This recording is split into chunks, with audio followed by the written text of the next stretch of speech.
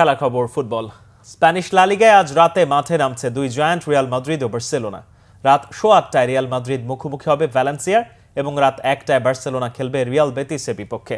লা লিগায় 29 ম্যাচ শেষে 66 পয়েন্ট নিয়ে শীর্ষে রয়েছে বার্সেলোনা। সমান ম্যাচে 63 পয়েন্ট নিয়ে দ্বিতীয় স্থানে রিয়াল মাদ্রিদ। 30তম রাউন্ডে বার্সেলোনার ম্যাচটি কঠিন, কারণ তাদের প্রতিপক্ষ রিয়াল বেতিস 29 ম্যাচে 47 পয়েন্ট নিয়ে ষষ্ঠ স্থানে থেকে ইউরোপা লিগে খেলার জন্য লড়ে যাচ্ছে। যদিও বার্সার জন্য সুবিধা হচ্ছে নিজেদের মাঠে খেলবে তারা। তাছাড়া লা লিগায় শেষ 6 ম্যাচেই জয় পেয়েছে তারা। তবে রিয়াল বেতিসও কম যায় না, শেষ 6 ম্যাচে তারাও টানা জয় পেয়েছে। ফলে কঠিন চ্যালেঞ্জ নিতে হচ্ছে হ্যান্স ফ্লিকের দলকে। এদিকে শেষ 6 ম্যাচে 4টিতে জয় পেলেও 1টিতে পরাজয় এবং 1টিতে ড্র করে 3 পয়েন্ট পিছিয়ে পড়েছে Real Madrid.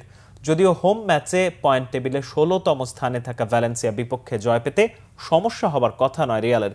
Kylian Mbappe, Vinicius জুনিয়ররা দারুণ ফর্মে থাকায় মাদ্রিদ জায়ান্টরা সহজেই জয় পাবে বলে আশা করা যায়। 29 রাউন্ড শেষে লা লিগায় এই মৌসুমে 25 গোল করে টপ স্কোরার বার্সেলোনার রবার্তো লেভানডোভস্কি।